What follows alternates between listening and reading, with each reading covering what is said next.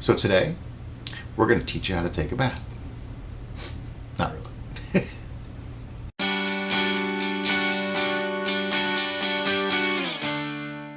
Hi, I'm Brian. I'm Derica, and you're watching City Steading. To learn to grow and brew, and to take control of your food, hit subscribe now. And don't forget to hit the bell icon to be the first to be notified when we have something new to share. So today, we're going to do something that a couple of people have asked about, and I thought it was just a simple thing, but apparently there's a little more to it, and people really wanted to know. So we're getting ready to do another video where I'm going to be making Fruit Loop Mead. That's right, you heard it. You might not see it for a couple of days though, because you know these videos take time to edit. Anyway, so in preparation for that, we need to clean everything, right? I usually gloss over it in the videos, but what we actually do is we get the whole thing set. There's a couple gallons of water in here. We take Star San, which is my cleaner of preference, and it's 1 ounce per 5 gallons. Now, I know there's about 2.5 gallons in there, so wrong side. So I tend to just use like half. So I put in half an ounce. It's clearly marked, actually. You might even see it. 1 ounce, half an ounce. 1 ounce, half an ounce. Very simple. So if you have about 2.5 gallons of water, use half an ounce. Now, there's probably somebody out there that's going to tell me that, oh, you have to be very precise with that. Maybe, I don't know. A little bit more diluted or a little bit stronger, I can't see being that different, really, for the purposes that we're doing.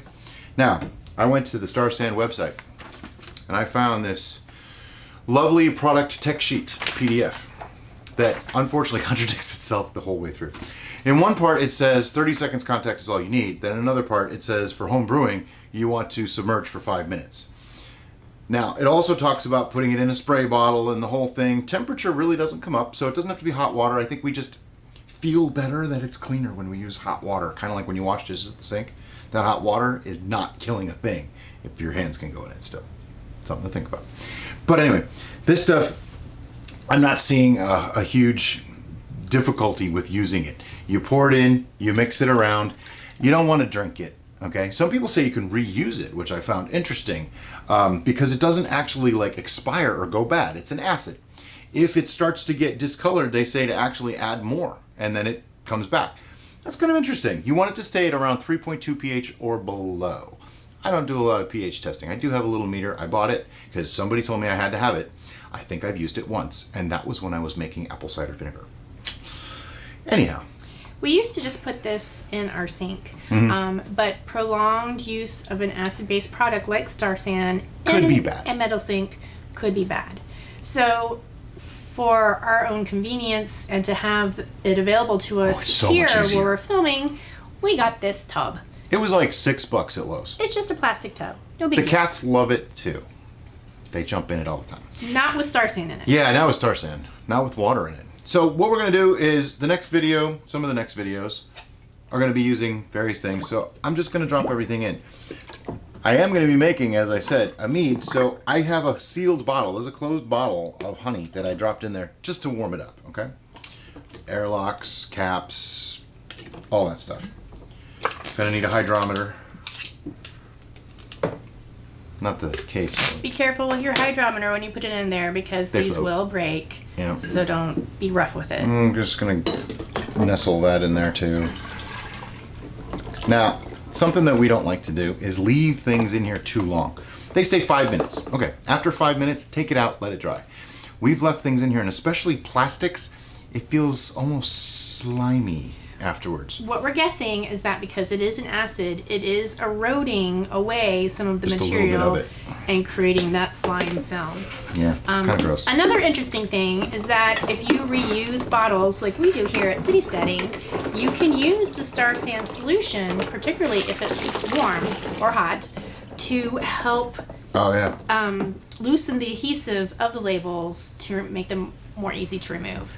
I have a little razor blade scraper, believe it or not. Brian lets me play with sharp things. She has yet to cut herself with that one. I don't know how, but... No, that's not true. You scraped yourself with it, I think. I don't know, maybe I'm thinking of something else. Whatever. Probably something else. I'm sorry. I didn't Anyway, so you just let it sit in the Star San solution. It'll help dissolve some of the adhesive, and then you could just scrape it with the scraper and it comes right just clean. Now, if Star San is not available where you are, you have some alternatives. Some people will say bleach. Now here's what I want to say about bleach. Bleach is usually chlorine bleach. Well, what's the first thing we tell you when you're using water? Don't use tap water that has chlorine in it. Chlorine and yeast do not get along, as in chlorine will kill your yeast. So chlorine is also so stubborn of a thing. You gotta rinse that so many times that by the time you've rinsed it with more water, is it still sanitized? I don't really know. Or you have to let it sit for a long period of time. Which means, then is it still sanitized? Is it still sanitized? So to me, I avoid bleach whenever possible. There are ways of doing it. I'm not going to promote those ideas because I'm not convinced that they're good ideas. So to me, if you can't get this stuff, there is another one, Oxy something, that's supposed to work pretty good. I don't really know much about that either. That's why I'm not going to say much because I don't use it myself.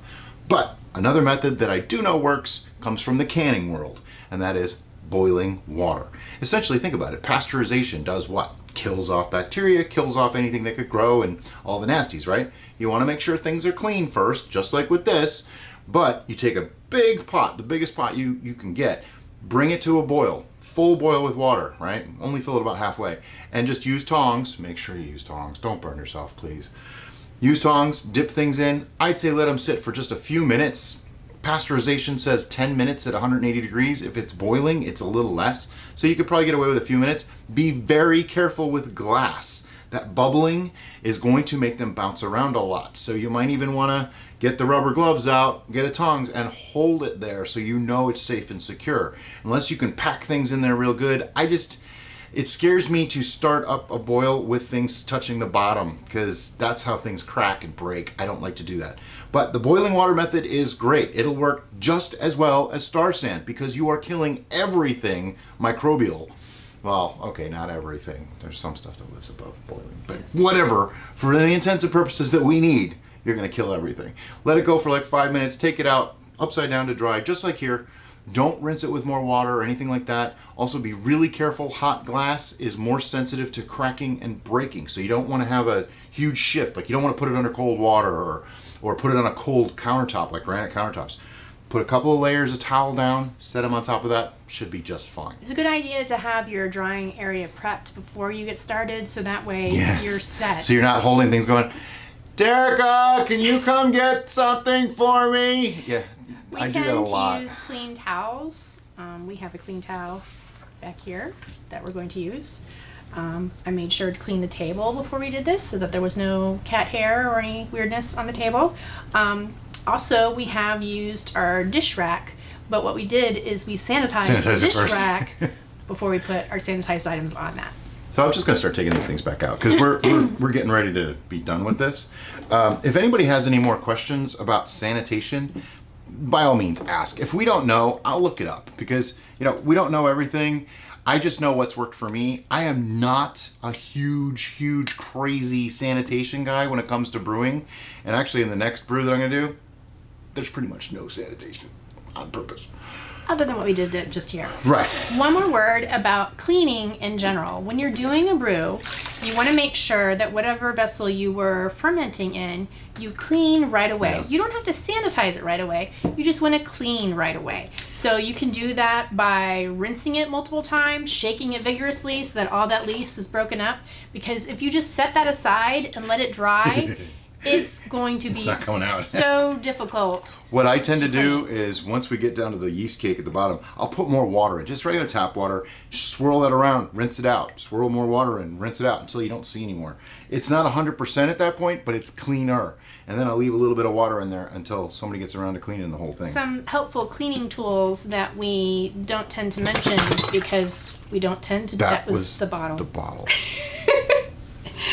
Is bottle brushes, particularly ones that can bend, because in some of the bottles with the narrow necks, you need to have something that you can get down in there and then scrub the angled portion of the bottle, because if you ferment in those style of bottles, the croissant line can cake that area and stick because a croissant line is something that happens early in the fermentation process. So you don't have an opportunity to clean it right away.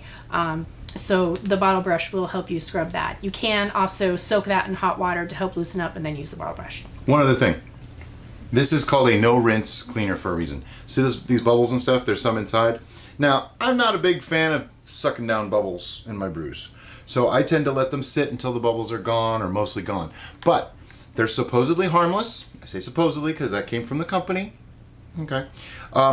Don't rinse them out though, because if you do that, then you're kind of negating the reason that you cleaned it in the first place. You might be introducing more bacteria. So I just let them, if they're on the outside, I don't really care. I dry them off. But if they're on the inside, sit it upside down, let them drain out, all good. I think we've babbled enough about sanitation. In other words, just be clean. Be as clean as you can, but don't get psycho about it. Because if you get too clean, you actually get dirty. Figure that one out. We won't go there. We'll see you next time on City Steading. Thanks, guys. Have a great day. Bye-bye. Hey everybody, if you want to learn to grow and brew and take control of your food, don't forget to hit the subscribe icon down below and hit the little bell next to it. That way you get notified of everything we do.